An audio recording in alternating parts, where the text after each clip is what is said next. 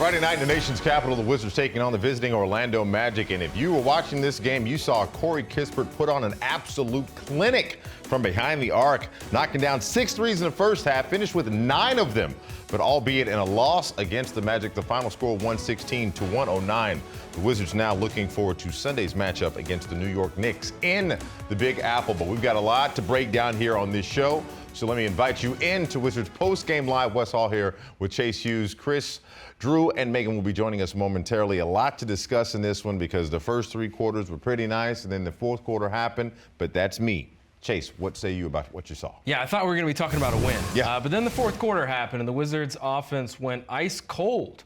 Only 13 points in the fourth quarter, and I think it was probably a reflection of just the personnel that they had on the court, because keep in mind they were missing Bradley Beal, Kyle Kuzma, Kristaps Porzingis. That's like 65 points of offense that they were missing. And then Monte Morris, their starting point guard, went out at halftime, and I think his impact on their offense is underrated this year.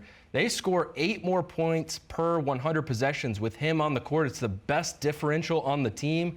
And without him, the ball just wasn't moving. I think they got a little bit too in love with the three-point ball, didn't attack the rim enough, and only had 12 free throw attempts for the night. The three-point ball was working early in the game, but they kept going to it and just weren't getting the right shots. Indeed. Just to give a note, Daniel Gafford had an 18-point, 13-board double-double tonight, so shout out to the landlord. But back to that three-point shooting you're talking about, there was a moment where I think we were all hoping that, Corey would knock down some more threes to go ahead and tie that record and eclipse Trevor Ariza for that matter. What did you see about the Orlando's defense that kind of prevented him from being able to take over like he was in the first half? Well, with so many other scorers taken out of the lineup, they could put a lot of focus on him, and he was getting double-teamed and face-guarded, and I think seeing a level of attention from the opposing defense that maybe he has not seen yet at the NBA level. But all in all, this was a very successful night, I think, for Corey Kispert. 9 threes, a career-high 27 points. To do that in general tonight without the space created by Brad and Kuz and KP, I think was a step forward for him, because we know that he can shoot an elite three-point percentage. He's done it all year. The next step for him is to be able to increase the volume. He'll have to try to do that next year. And one way to do that is just to make sure that you can get those threes no matter who you're on the court with. I appreciate that. Let's bring Chris and Drew and get their thoughts on this as well, because, again, a tremendous shooting night for Corey. You mentioned the career high in points, but we would have preferred it happen in a win. Drew, your assessment about what you saw in Washington. We'll move the first half aside. We already know the focus is that second half, especially the fourth quarter. Yeah, they stopped running. The pace drastically changed from that first half. The crowd was in it. It was an exciting game. You had a 16-point lead. Corey Kispert couldn't miss, and he was the beneficiary of transition and ball movement.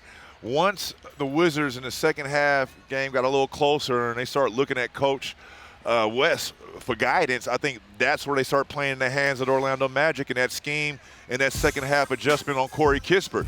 Look, if somebody's face guarding you, the best way to offset that is by running. You have to create space. You can't stay still. If you're walking over across half court, walking to your spot and getting ready to set up a play and the guy is face guarding you, it's not going to work. So how do you beat that? By running, by not moving, by setting screens, by getting him open with stagger screens. I didn't see any of that. This guy had the hot hand and could not get a shot in the second half. The Wizards actually turned the basketball over more times than they had field goal attempts. Think about that, guys, in the fourth quarter. Actually, they had 7 turnovers and just 5 field goals made. More turnovers, and that goes back to what Drew was saying. When we talk about pace in the game, it doesn't mean just get the ball out and go and score. It's actually to get you into your offense early.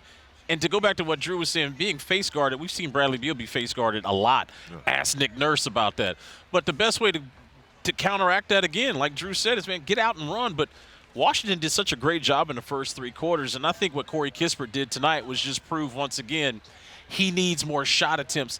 And something that was said earlier in the year, and I asked Corey about it, about how many plays are called for you, and he's like, really none.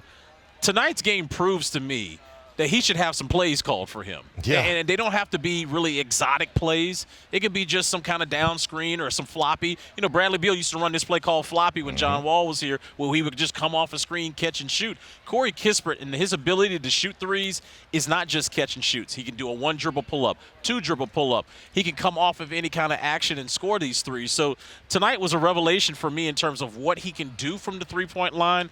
The question is, can he get that volume, though, when you've got Porzingis, Kuzma, and Beal on the floor together? That's a great question, Chris, but I also want to add this wrinkle into the question I have for Drew, which is, let's move Corey aside from the individual responsibility to create your own shots. What responsibility do the other guys on the court, when you know you got a guy who's on a scorcher from deep, what responsibility do they have to try to force the flow of the offense through him when he's shooting so well?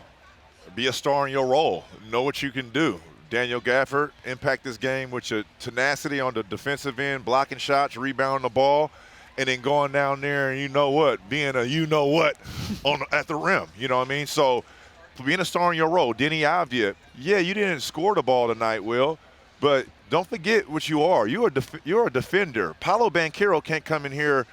The rookie of the year, you're supposed to shut him down. He can't come in here and have 30 points. Those type of scenarios would offset Corey Kispert's second half and not, what do you want him to have, 50 points tonight and still lose? You know what I mean? Like, other guys got to step up in other departments, and that's what I saw. Chris, Drew, thank you guys very much for the night. I appreciate it as always. We'll see you Sunday up in New York. You guys enjoy the safe travels. I know you guys will be flying out tomorrow, so safe until then. Chase, you and I get to hang back. And we're going to talk about Daniel Gafford again because, again, I told you, 18 points for the landlord, 13 rebounds. He was fighting tonight. It took a lot of abuse, I would say, in the paint, a lot of contact from Orlando. What say you about his game? Because, like Chris said, he was trying to infuse a ton of energy for the Wizards. Well, similar to Corey Kispert, I was impressed that he was still getting his offense and still shooting a high percentage despite all the guys missing from the starting lineup. Because I've talked on this show before about how his role has kind of determined his success offensively, and he's really found a good fit for himself in the starting lineup this year because he's got a bunch of guys who demand a lot of attention from the defense, create a lot of space for him, and are also very good at setting him up for high percentage looks.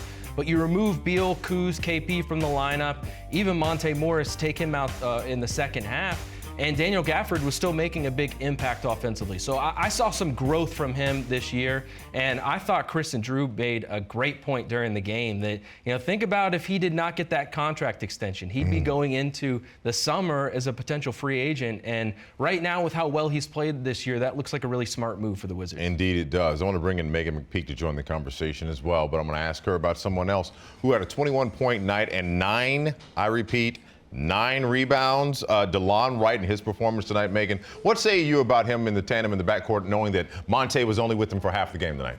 Yeah, I mean, when you think of the way this third quarter started, you start Johnny Davis, and everybody's kind of wondering, like, what happened? I was trying to rack my brain, like, what play was it that his foot was bothered in regards to Monte?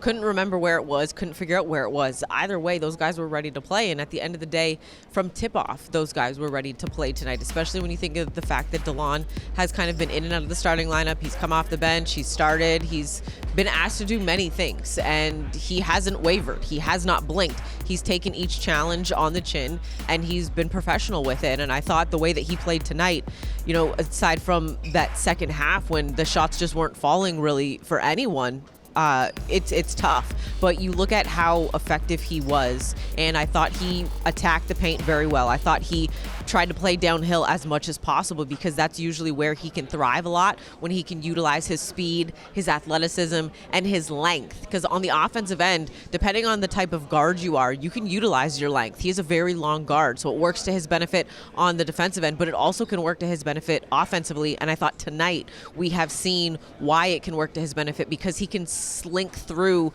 a couple defenders where it looks like he might get trapped. He can get through those guys. He can go up and under and go between defenders in the air because he has great body control as well too. I just thought he played a really strong game. Again, just not enough points on the board for everybody to come away with a win, but at the end of the day, there was a lot of growth from everybody, and I like the way that DeLon played on both ends of the floor tonight. Indeed, shout out to DeLon for that performance. As I'm sitting here looking at the shot chart again for that fourth quarter, the Wizards went 1 for 11 from three-point range. Chase Hughes, you said a little bit when we first started the post-game show about pressing for threes when there are twos that are available. Was that something that Washington, was that kind of a bit of a metaphorical fork in the road when you saw opportunities to come back? Yeah, I mean, it's tough. When you're shooting that well from three early in the game, of course you want to keep it rolling, but it's a different element when Monte Morris isn't out there. And Chris Miller pointed out the turnovers that they had in the fourth quarter in the second half. Well, you know who limits turnovers to a ridiculously good degree? That's Monte Morris. He's second in the NBA in assist-to-turnover ratio. The Wizards have their lowest turnover percentage when he's on the court. But I wanted to say something about DeLon Wright, because you and I were talking about this at practice the other day. He has not missed a game since he came back on December 23rd from a hamstring injury. And I've covered a lot of sports. I've covered sports for a while. Hamstring injuries are tricky. I'm not a doctor, but I know that much. Right. And oftentimes it's very easy to re-aggravate that type of injury. And DeLon Wright said he wasn't 100% for like a month after he came back. And it was like another month after that he started to catch an offensive rhythm. He was playing in back-to-backs. He wasn't taking nights off. So I think shout out to the Wizards medical staff for doing that, because I think it's a lot easier said than done. And look, he's top 5 in the league this year in steals. Because he missed so many games, he can't qualify for the official leaderboard. But if you look at the leaderboards right now for steals per game and deflections, he's up there among the most disruptive defenders in the league. And the Wizards actually struggle at forcing turnovers, but he's been a bright spot in that regard. Indeed he has. Megan, I want to clarify a point earlier, because I was just thinking about, we talking about the Wizards' poor three-point shooting in the fourth quarter. They were 1 for 11. Orlando was only 2 for 5. Combined, both teams only hit 3 threes in the entire fourth quarter, just to kind of paint that picture. But I'm also looking at that fourth quarter when we saw things starting to tighten up. When you're not hitting threes from outside, how important is it to attack the rim and try to clean up some of what Orlando was doing? It's the utmost important. And to just really piggyback on Chase's point about DeLon, Wes Unseld says one thing consistently: the best ability is availability. And to his point about DeLon, since returning from that hamstring injury, he's been available, and that's probably been one of the bright spots for him and why he's been able to be so successful. But when you talk about the fact, Wes, as you mentioned, the teams combining, for 3 made threes in that second half, or in the fourth quarter, excuse me. When it's not falling, shots, even when they're 2-point shots, anything outside of 8 feet, in my opinion, when it's not falling, attack the paint. And Orlando did that. They had 58 points in the paint tonight.